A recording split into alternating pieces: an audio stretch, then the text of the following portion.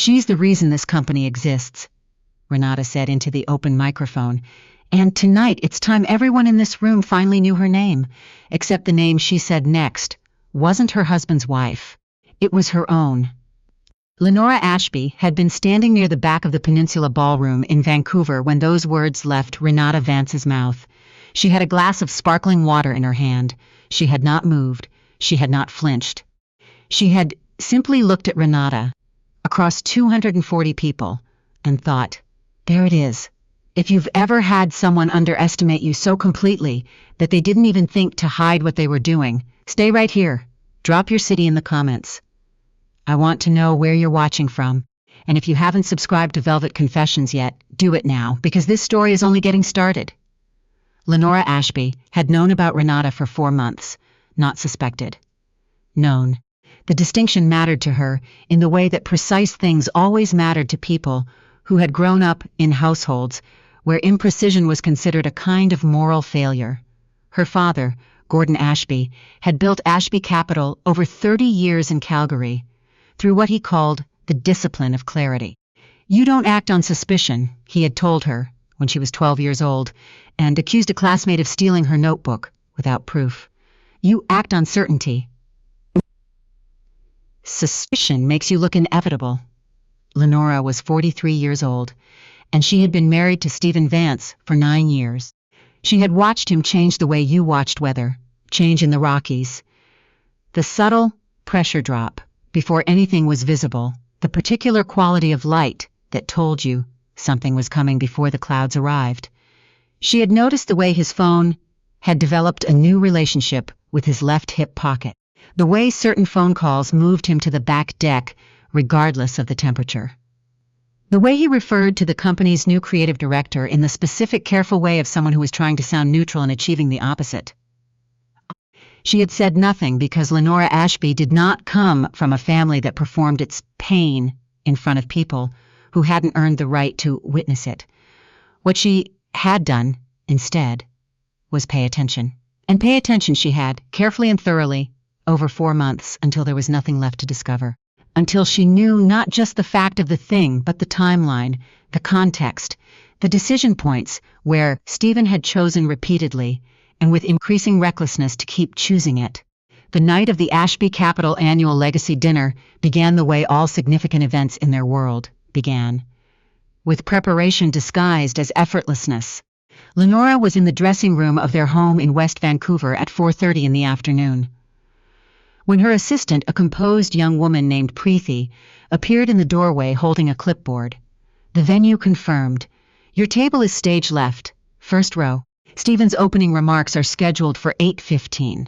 A half-second pause. Renata Vance is on the guest list under the creative firm's corporate allocation.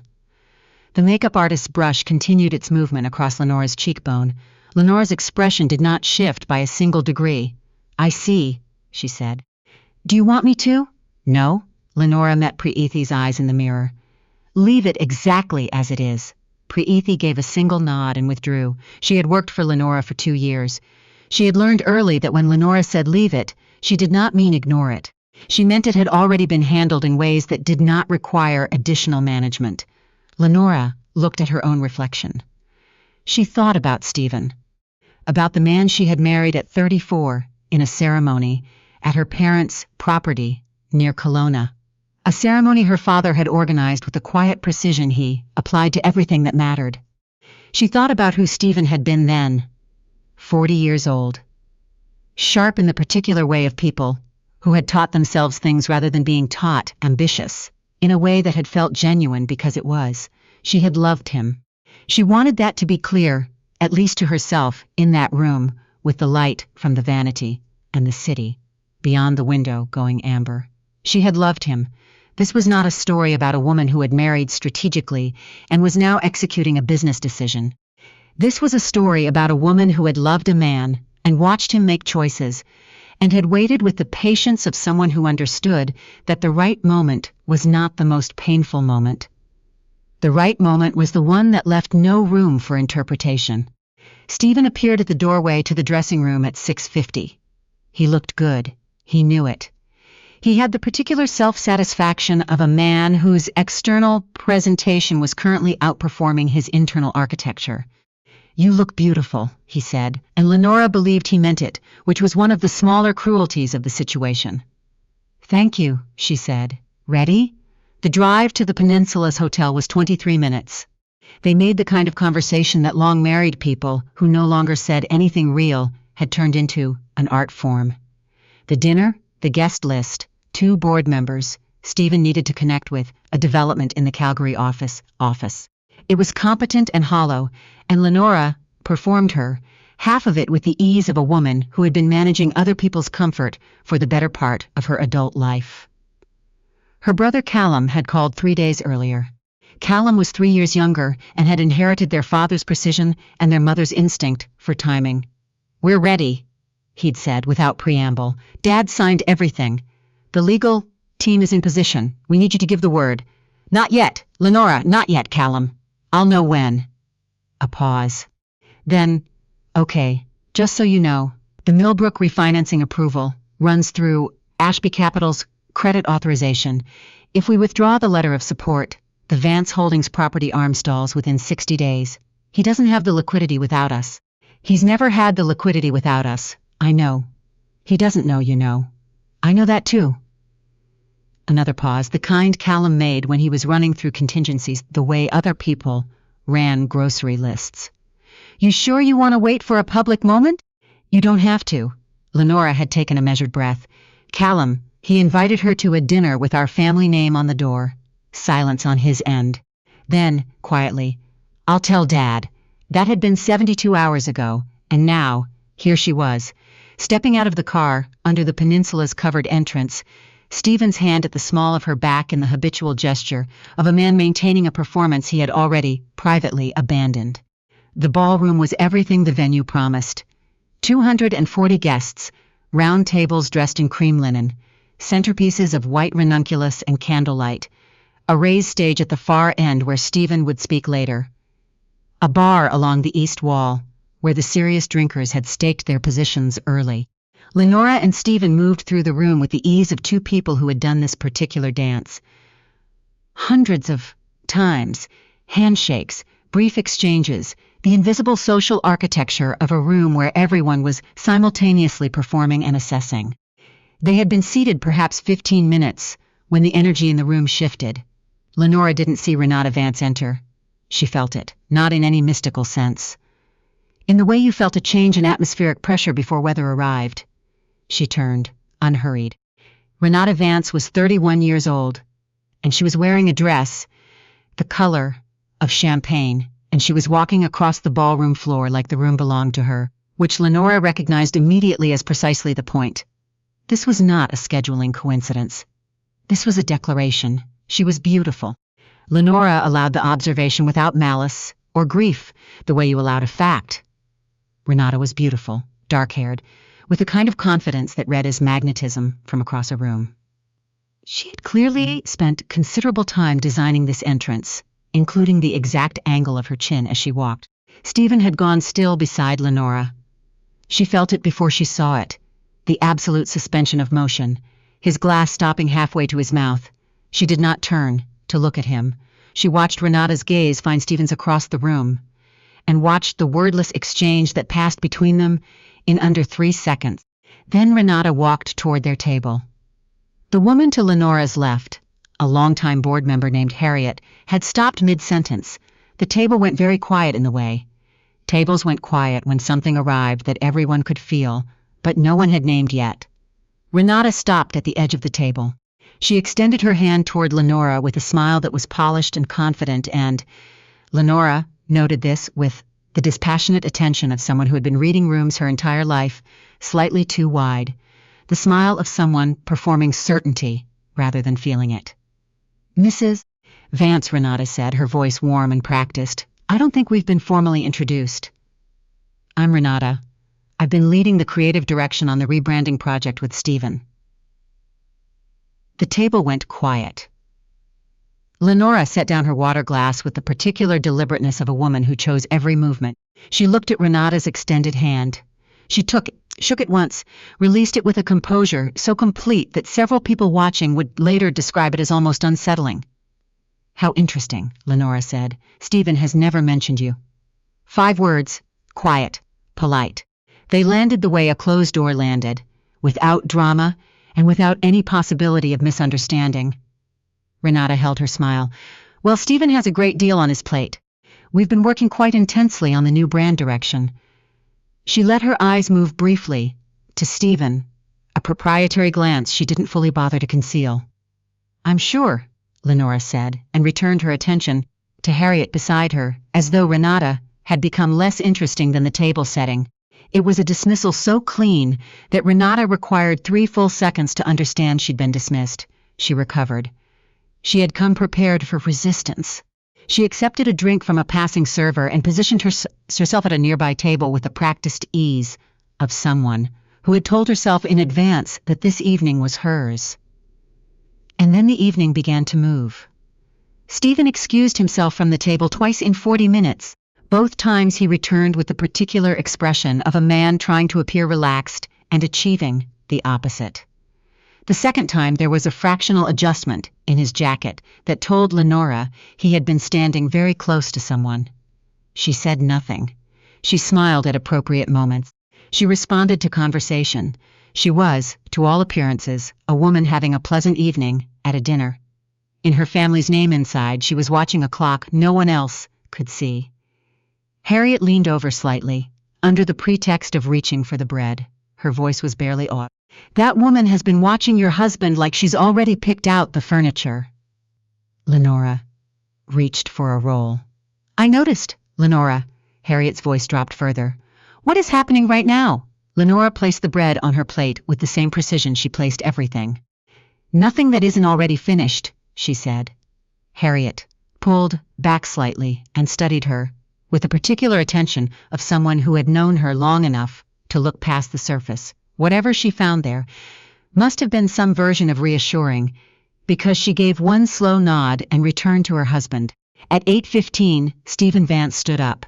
He didn't signal or request the microphone. He simply stood, and because he was Stephen Vance and his company's growth had been the story the room had gathered to celebrate, the room quiet and waited. He cleared his throat. He gave the self-made, self-deprecating smile that had opened doors for him for 20 years. "I just want to say something tonight that I've been meaning to say for a while." His voice carried easily across the tables. Real growth, the kind that actually means something, requires honesty. It requires being willing to say out loud what you actually want, even when it's difficult, even when it complicates things. A pause. He let it sit. "I think the people in this room understand that better than most." His eyes moved, briefly and unmistakably, toward the table where Renata sat. The ballroom was quiet, with the particular quality of a room in which everyone has simultaneously understood something they were not supposed to understand yet. Lenora did not move. Her hands were in her lap. Her spine was straight. Her face held the expression of a woman waiting for a light to change, patient, forward-facing, already oriented toward the other side of the intersection. Stephen sat down. He reached for his wine. His hand was almost steady, and then a chair scraped back. Renata Vance stood up. She was holding her champagne glass. She was smiling with the particular quality of a woman who believed the room was already hers. "I'd like to add something to that." Her voice was warm and bright, and it carried with the confidence of someone who had rehearsed it. "To the people who know their own worth. To the ones brave enough to choose something real even when it's hard." She raised her glass higher. "To Stephen." She let his name rest there, dropped deliberately into the center of the silence. "And to everything that's just beginning." She looked across the room directly at Lenora, and she smiled the smile of a woman who believed she had already won. She drank. No one moved. No one raised a glass. No affirming murmur moved through the crowd. No one applauded. 240 people in a room, and the only sound was the ghost of Renata's voice, dissolving into a silence so complete and so weighted that several people would describe it afterward as the loudest thing they'd ever not heard. Harriet beside Lenora had gone absolutely still. The board member across the table was studying his plate with sudden intensity. A woman, 2 tables over, had pressed her lips together in the expression of someone who was both deeply uncomfortable and completely unable to look away. Renata's smile held for 5 seconds. Then something moved across her face, not panic, not yet, but the first hairline fracture of doubt. The beginning of the understanding that the room had not responded the way she had engineered it to respond. Lenora rose from her chair. Not dramatically, not quickly. She rose the way she did everything, with the unhurried inevitability of water finding its level. She set her napkin on the table beside her plate. She smoothed the front of her dress, deep navy silk, chosen 3 days ago, with a precision that had nothing to do with fashion. And then she turned, and she began to walk toward the center of the room. She was not walking toward Renata. She was not walking away from Stephen. She was simply walking, with the quiet certainty of a woman who knew what was about to happen, because she had designed it herself. Every eye in the room followed her, and then, from beyond the ballroom's main doors, she heard a scene recognized before she processed it. Footsteps, more than one set, moving with the measured deliberateness of people who had decided exactly where they were going and saw no reason to hurry about it. The doors opened. Gordon Ashby walked into the Peninsula Ballroom, and the room understood immediately, with the collective wordless certainty of a crowd that had just watched a weather system arrive, that the space they were in had changed. He was 71 years old, and he walked like a man who had spent 4 decades being the most consequential person in every room he entered without ever having needed to announce it. The suits was understated and cost more than most people at the corporate tables earned in a month. He carried himself with the particular gravity of a man for whom urgency had always been someone else's problem. Behind him, Margaret Ashby entered, silver-haired, in a deep gray dress, with the composed and comprehensive gaze of a woman who had been the quiet intelligence voice behind her husband's empire for 35 years and had never once required the credit. And beside her, Callum Ashby, 40 years old, a legal mind that operated like a surgical instrument, moving into the light of the ballroom with his father's unhurried certainty and his own version of it. Stephen Vance saw them and lost all the color in his face. Lenora, standing in the center of the room, did not turn. She didn't need to. She could see it in Stephen's face. The precise moment when the full weight of what he had done, and what he had failed to understand about the woman he had done it to, arrived. He had thought he was leaving a wife. He had not understood he was walking away from a dynasty. And in this family, in this city, in this particular financial ecosystem that Gordon Ashby had spent 30 years building, and into which Stephen Vance had been absorbed when he married Lenora, dynasties did not simply absorb a loss. They arrived unhurried, and the matter was already settled before they spoke. Gordon moved through the parting crowd the way significant things moved, without effort, because the physics of the room left no other option. He reached his daughter. He took her hand briefly in both of his and looked at her face with the focused, unhurried attention of a father, reading everything. His daughter would never say aloud. "We're here," he said quietly. "I know," she said. "Right on time." Gordon Ashby did not raise his voice. He never had. The kind of authority he carried didn't need volume. It needed presence. And in that ballroom, standing 5 feet from his daughter with 240 people watching, his presence was the most articulate thing in the room. He looked at Stephen Vance the way a man looked at a problem he had already solved. Not with anger, not with contempt, but with the particular detached assessment of someone who had already made the relevant decision and was now simply in the process of implementation. Stephen had not stood up. He was still at the table, his wine glass in his hand, his face the color of February, looking exactly like what he was. A man who had made a very large mistake in a room full of witnesses. Renata was still standing. That was the detail that struck people afterward, when they replayed the evening. She had held her position for a long count after the Ashby family entered the room. Her champagne glass, lowering incrementally, her smile still present, but beginning to show the first structural failures. She was performing calculation, looking from Gordon to Margaret to Callum, trying to identify these people, trying to understand why the room had responded to their arrival the way it had. She didn't have the right information. That was her problem. She had researched Lenora Vance, The charity boards, the event appearances, the 9-year marriage to Stephen, the composed and gracious public presence. She had not researched Lenora Ashby.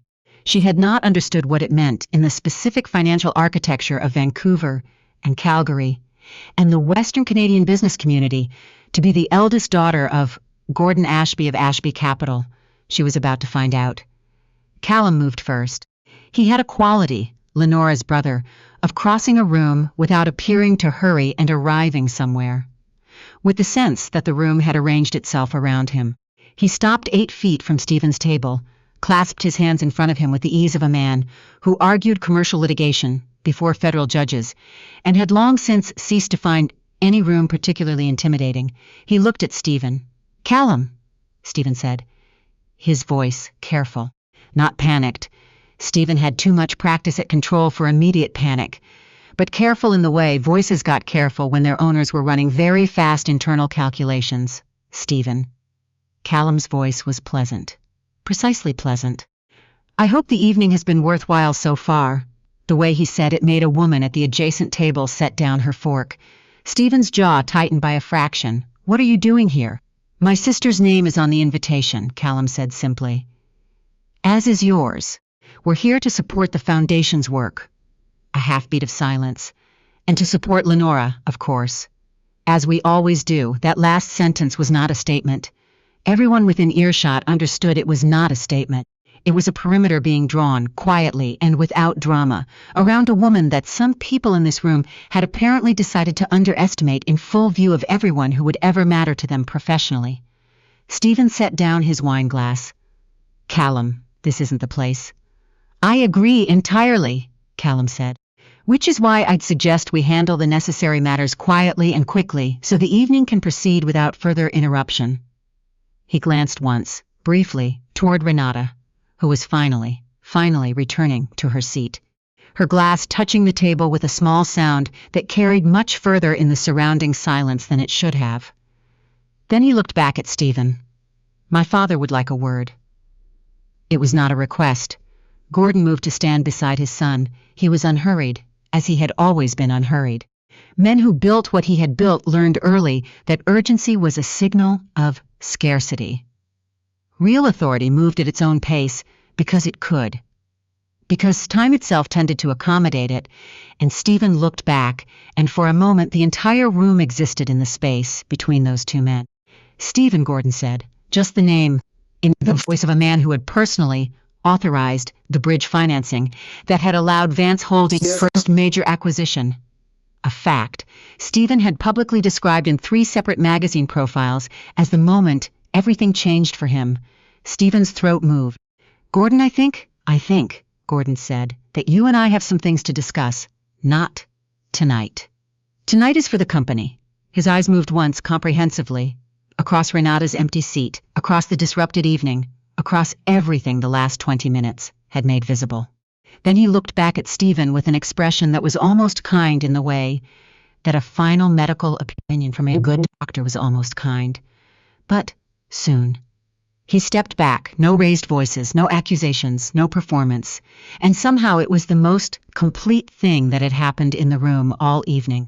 At the table 2 rows back, a man named Douglas Park, who had invested in 3 Vance Holdings projects over 7 years, and who had watched the entire sequence with the focused attention of someone watching a market move he hadn't anticipated, leaned toward his business partner and said, "To Monday."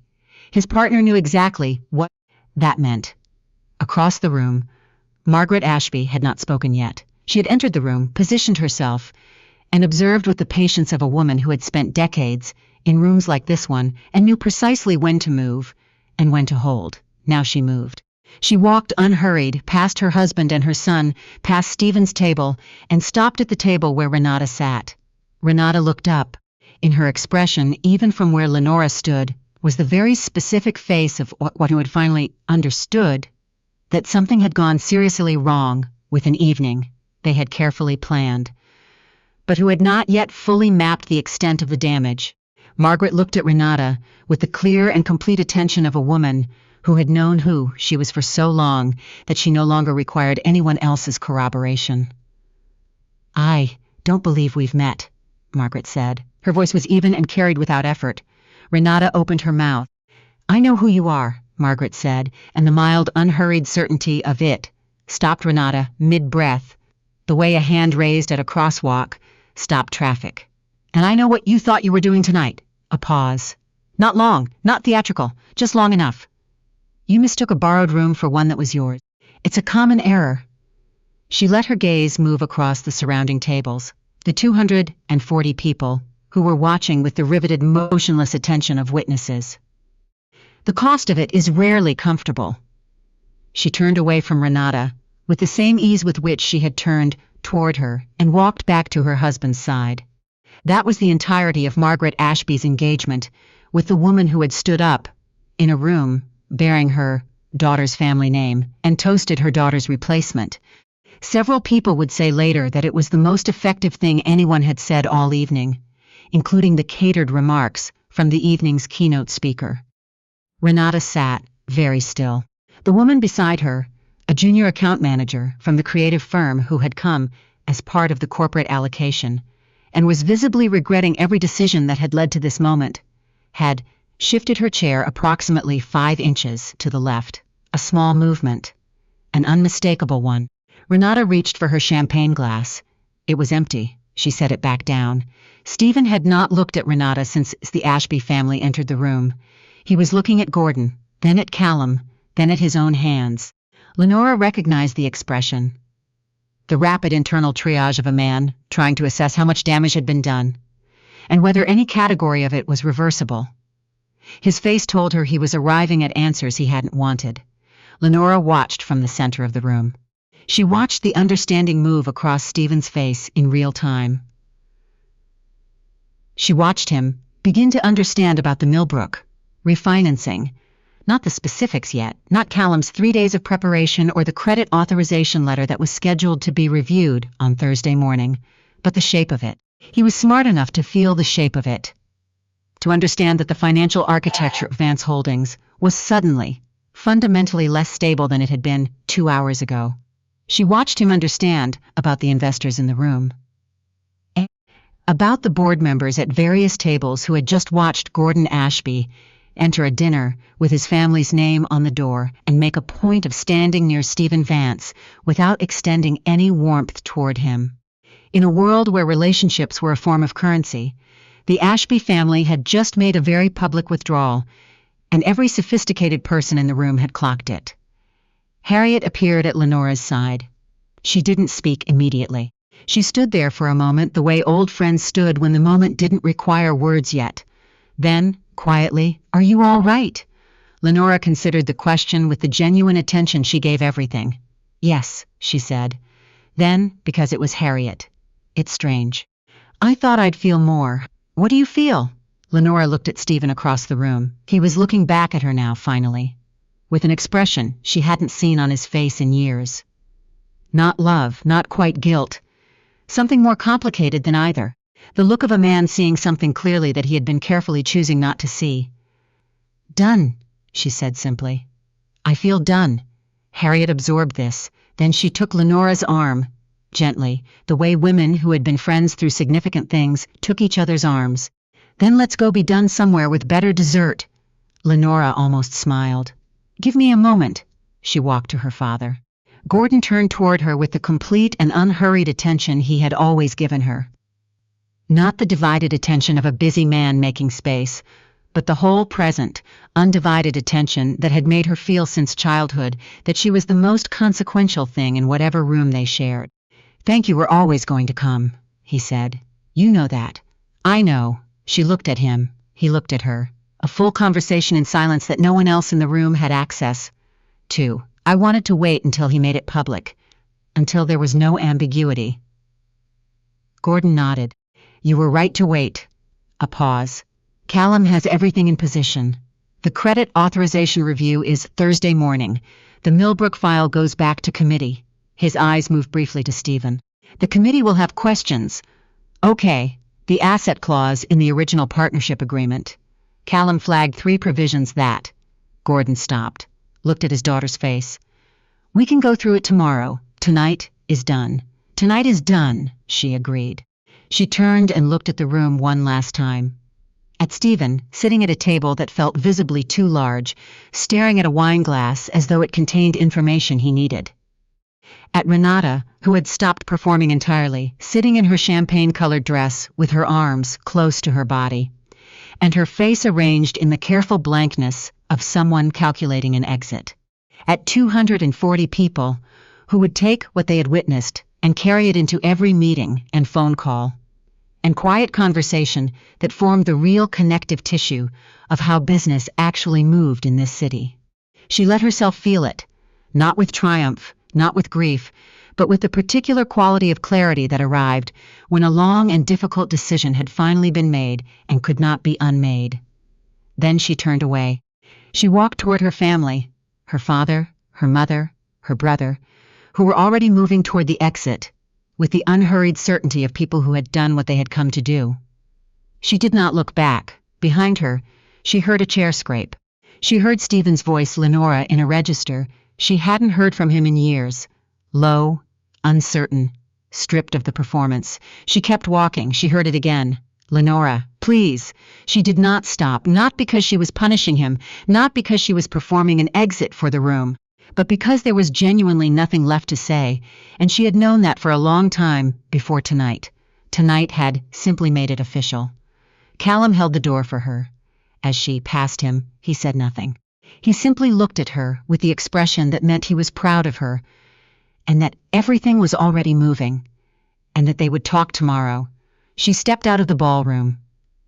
Margaret fell into step beside her as they moved through the corridor.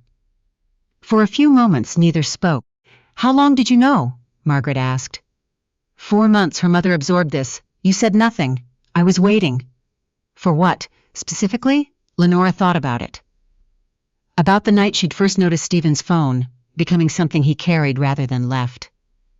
About the 117 mornings she had made coffee and watched him move through their kitchen, carrying a secret he was growing less careful about Callum's call, about seeing Renata's name on the guest list under the corporate allocation. "I was waiting for him to make a choice," she said. A real one, out loud, in a room where it couldn't be undone. A pause, so there would be no ambiguity. Not for him, not for me, not for anyone who needed to understand what had happened. Margaret was quiet for a moment. Then, with the precise and unembellished delivery that was her signature, "He certainly managed that." And Lenora, in the corridor outside the Peninsula Ballroom, away from the 240 people and the ranunculus centerpieces and the ghost of a champagne toast, laughed, briefly and genuinely, in the way she hadn't laughed in a very long time. Her mother took her arm, and they walked. Inside the ballroom, Stephen Vance sat at a table that felt enormous and empty. His phone was in his hand. Around him, the evening continued its professional performance. Dessert, service, the low murmur of resumed conversation, the collective effort of a room, processing vacant while pretending to move on. At her table, Renata sat alone. The junior account manager had excused herself to find the restroom sometime in the last 10 minutes and had not come back. Renata reached for a glass of water. She arranged her expression into something meant to communicate that she was entirely fine and in full possession of herself and the situation. She looked at the ballroom doors through which the Ashby family had departed. For the first time since she had walked into the Peninsula Ballroom, in her carefully chosen dress and with her carefully designed entrance, she allowed herself to feel the first cold and specific weight of what had actually happened. She had not won tonight. She had not even been playing the game she thought she was playing. She had walked into a room she had fundamentally misread, made herself the most visible person in it, the wrong moment, at precisely and 240 people, who would be discussing this for the foreseeable future, had watched her do it. The morning after the legacy dinner, Stephen woke up alone at 6:53 and lay still for 3 minutes with the particular and specific weight of a man who understood, without requiring confirmation, that the life he had been living had ended the previous evening. He reached for his phone. 14 missed calls, 3 from board members, 2 from his CFO, 1 from the Millbrook development partner, and one from Marcus Chen at Pacific Bridge Capital, the firm that held the bridge financing on his 3 largest active properties. He called Marcus first. Marcus picked up on the second ring.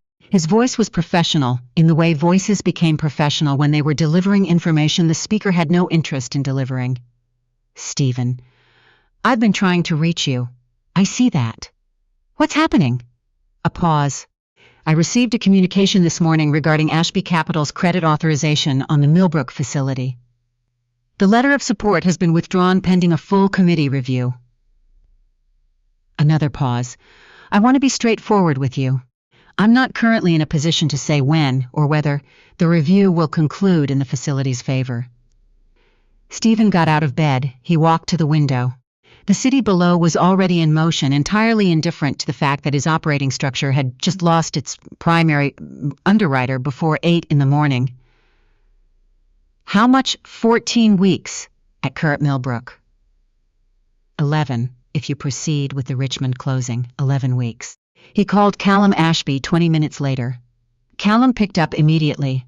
"Stephen, you withdrew the credit authorization." "My father withdrew the credit authorization," Callum said, with the precise accuracy of a man who did not tolerate errors of attribution. "That's an important distinction, Callum." Stephen's voice was controlled, barely. "Whatever you think happened last night, this affects employees, families, real people whose—" "Stephen." Callum's voice exactly as pleasant and exactly as immovable as it had been in the ballroom. "I'm going to stop you there. The Ashby Capital credit authorization has always been contingent on the Vance Holdings partnership structure remaining intact. That's in the original agreement. You signed it. I drafted it." A pause. "This isn't a response to last night. This is a contractual consequence of a decision you made when you decided to restructure your priorities." The word priorities landed with surgical accuracy. "I need to speak to Lenora. Lenora will speak to you through our family's legal representation. As of this morning, I am that representation. You're welcome to contact my office and schedule." Stephen hung up. He stood in the middle of his bedroom with his phone in his hand and his mind running through numbers, timelines, the interlocking dependencies of everything he had spent 15 years building, looking for the angle, the move, the thing a person did when a situation like this arrived. He couldn't find it. For the first time in 15 years, he genuinely couldn't find it. Because the thing about the Ashby family's position in his company, the thing he had understood intellectually for years but had never truly felt until this morning, was that it wasn't simply money. It was relationships. It was the layered network of trust and credibility and professional association that Gordon Ashby had spent 3 decades accumulating and into which Stephen had been absorbed when he married Lenora, and from which he was now being systematically, methodically removed. His CFO called at 9:10, his head of investor relations at 9:35, at 9:58 Douglas Park, the man who had said, "Call Monday" at the dinner, left professionally worded, precisely clear in its meaning. Park Capital was requesting a review of its position in the Richmond project. They would be in touch. Stephen listened to the voicemail twice, then he sat on the edge of his bed and put his face in his hands. Across the city, Lenora was having breakfast with her family at Gordon and Margaret's home in Shaughnessy at 8 in the morning. It was quiet in the way of families who had been through something significant together, not the uncomfortable quiet of people searching for words, but the settled quiet of people who had said what needed saying, and Margaret had made coffee. Gordon was reading something on his tablet. Callum had his laptop open and was moving through emails with the efficient focus of a man for whom a Wednesday morning was, operationally speaking, a significant one. Lenora was eating toast and looking at the garden through the kitchen window and thinking. She had slept, which had surprised her. She had expected to lie awake in the particular restless energy of aftermath. Instead, she had slept the deep, releasing sleep of someone whose body recognized that a long-held tension had finally let go. Callum looked up from his screen. Millbrook confirmed, 8 a.m. The committee review is formally in process. Gordon nodded without looking up. And the partnership clause review? I spoke to the board's independent counsel at 7:30. 3 of the 5 are asking questions, the speech last night. Callum made a small, precise gesture with one hand. Let's just say that when a company founder delivers an unscripted public monologue about following his heart at a corporate dinner, the independent directors of his company have some professionally relevant concerns. Gordon set down his tablet. He looked at his daughter with the careful, unhurried attention he had always given her. "How are you this morning?" The question cut cleanly through all of it. The legal mechanics, the financial timelines, the operational specifics, and landed somewhere simpler. "I feel," Lenora said, "like someone who's been holding their breath for 4 months." She looked at her father, and finally stopped. Gordon held her gaze for a long moment. Then he went back to his tablet, which from him was as close to "I'm proud of you" as the man typically managed in spoken form. Margaret, at the counter refilling her coffee, said, without turning around, "The Legacy Foundation called this morning. They wanted to know if last night's events required any statement from the family." "No," Lenora said immediately. "That's what I told them." Margaret brought her cup back to the table. "I also told them that the Ashby family's donation this year would be increasing by 40%, and that Lenora would be joining the governance committee." Lenora looked at her mother. "You did that without asking me." Margaret met her daughter's eyes with the serene certainty of a woman who had spent 35 years being right about the things that mattered. "Did I need to?" A pause. "No," Lenora said. "You didn't."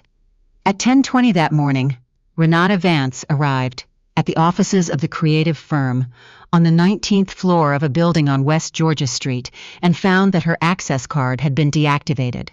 She stood at the security barrier for a long moment, pressing it once, then twice before the reality of what was happening became unavoidable. The reception desk directed her, with genuine discomfort, to wait in the lobby for HR. She waited for 19 minutes. The firm's managing director came down personally, which told Renata immediately that whatever was about to happen was not being treated as routine. "Your conduct at the Legacy dinner last night was considered a serious breach of professional standards," the director said, extending a manila envelope. "Beyond that, concerns have been raised about a pattern of conduct over several months.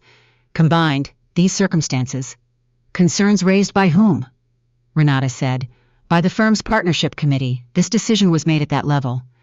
The director's voice was even and unhurried. "Please take this. Read it carefully." Renata took the envelope. Her hand was steady. Her face was steady. Everything about her was steady in the way things were steady immediately before they weren't. She walked out into the sharp morning and stood on the sidewalk with the envelope in her hand and the city moving in every direction, and she thought about the evening before, about the dress she had chosen, about the glass she had raised, about the moment she had looked directly at Lenora Vance and said to the future, "Wherever it leads." The future had arrived considerably faster than she had planned. She called Stephen. It went to voicemail after 4 rings. She called again, 30 minutes later. It went to voicemail after 2 rings, which meant he had seen her name and declined it. She put her phone in her bag. She ordered a coffee she didn't drink. She sat with the clarifying, unavoidable silence of a woman who was beginning to understand, in concrete terms, what had happened in that ballroom and what it meant for every part of her life that had been, without her fully realizing it, contingent on a situation she had fundamentally misread. The divorce was filed 2 weeks later. Callum handled everything, as he had said he would. It moved with the speed of 2 people who had each, for their own reasons, decided that prolonging it served no one. Lenora signed the final documents in Callum's office on a gray Thursday morning. When she set down the pen after the last page, Callum looked at her for a moment with the expression he reserved for the few things that genuinely moved him. "It's done," he said. "It's done," she agreed. He came around the desk and held his sister for a moment, briefly and completely in the way of siblings, who knew each other, well enough not to need to explain what they were holding. She stepped back, straightened her jacket, looked at him. "Thank you," she said. "For all of it." "Always," he said. "Just that." She walked out into the elevator and down to the street, and stood on the sidewalk in the gray October morning. She called her mother. Margaret picked up on the second ring. "It's done," Lenora said. The word that came next surprised her. "I feel free, Mom. I actually feel free." Margaret was quiet for a moment. When she spoke, her voice carried something Lenora very rarely heard in it. Something soft and unguarded. The voice of a woman before all the decades of careful management, before everything. "Good," Margaret said. "That's exactly right." They stayed on the line in comfortable silence for a moment. "Dinner Sunday," Margaret said finally. "Yes," Lenora said. "I'll bring the wine." She put her phone in her pocket. She looked up at the sky. And then she started walking toward her office, toward the work that was already in motion, toward the thing she had spent the last 3 months building, with the focused forward-facing energy of a woman who had closed one chapter so completely and so finally that she could already feel the shape of the next one. 6 weeks after the legacy dinner, the announcement went out on a Tuesday morning at 9 o'clock sharp, not through a press release, not through a publicist. Through Lenora Ashby's own voice, in a direct statement posted simultaneously across 3 platforms. Accompanied by the framework she and her co-founder had spent 5 months building with the precision of 2 people who had been waiting for exactly this kind of space to do exactly this kind of work. The Ashby North Foundation for Women in Business Leadership. Initial funding of $8 million. First cohort, 12 women across Western Canada. Grants of $60,000 each, paired with 18 months of mentorship access and board sponsorship. Her phone began ringing at 9:07. The first call was Harriet. "I'm in my kitchen and I'm embarrassingly emotional," Harriet said, without preamble. "How does it feel?" Lenora stood at the window of her new office, a clean, bright space on the 4th floor of a building in Yaletown, signed in her name, with a view of the water. "It feels," she said, "like the first thing in a long time that is entirely mine." The second call was from Gordon. He did not say much. He said, "I saw the announcement." A pause. "Your mother is very proud." A slightly longer pause. "So am I."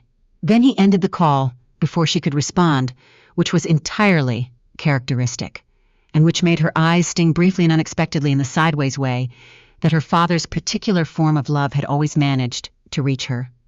The week the foundation launched, applications came in from across British Columbia, Alberta, and Saskatchewan. By the end of the first week, they had received 263.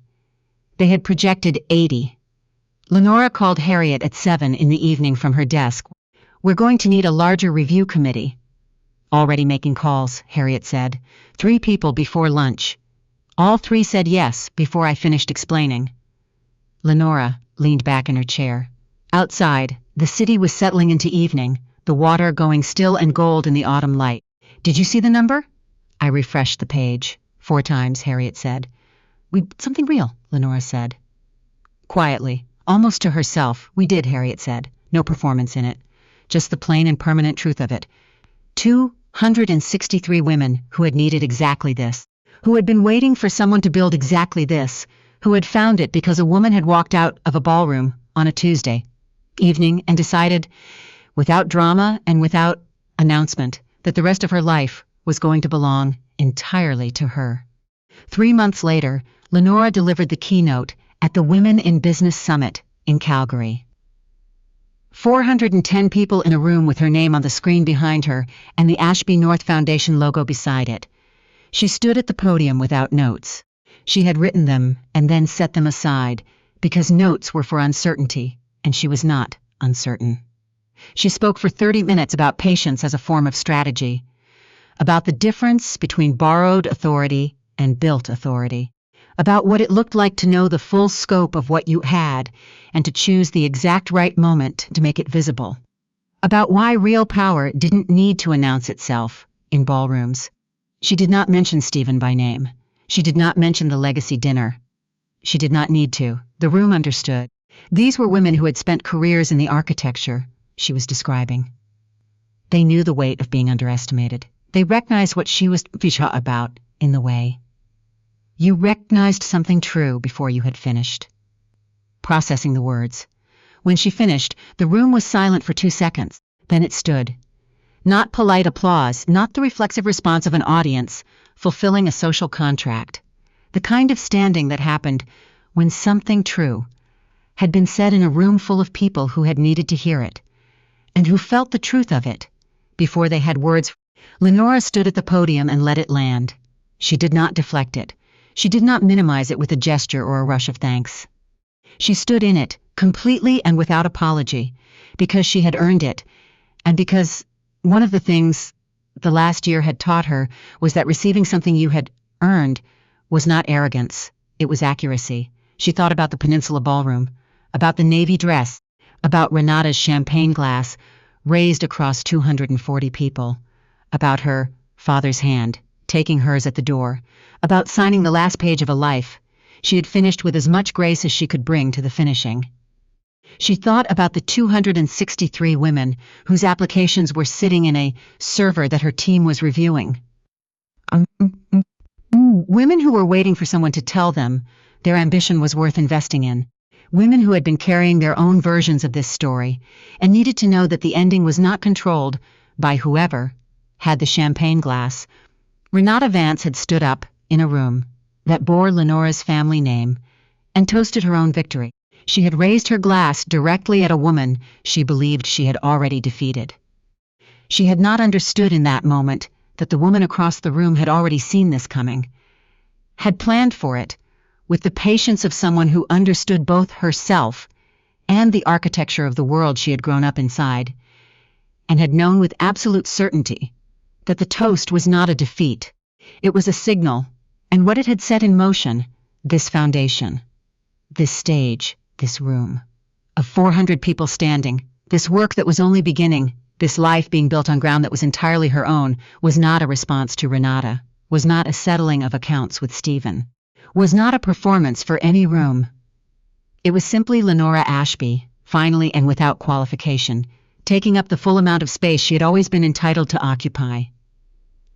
The mistress had toasted her victory in front of the wrong woman, and the wrong woman had walked out of that ballroom and built something that would outlast everything that had been broken that night by decades. Something real and growing and permanent. Something that did not require a ballroom or a champagne glass or anyone else's acknowledgement to be exactly, completely, permanently what it was. Power does not perform. It does not announce itself in rooms and wait for applause. It builds quietly and with absolute intention until the building is so undeniable that room has no choice but to recognize what was always already there. That was the lesson the legacy dinner never forgot. That was what Renata's toast had triggered. That was what Lenora Ashby had known from the beginning, that the only question was not whether she would win, but when she would choose to let it become visible. She had waited until there was no ambiguity. There was no ambiguity now.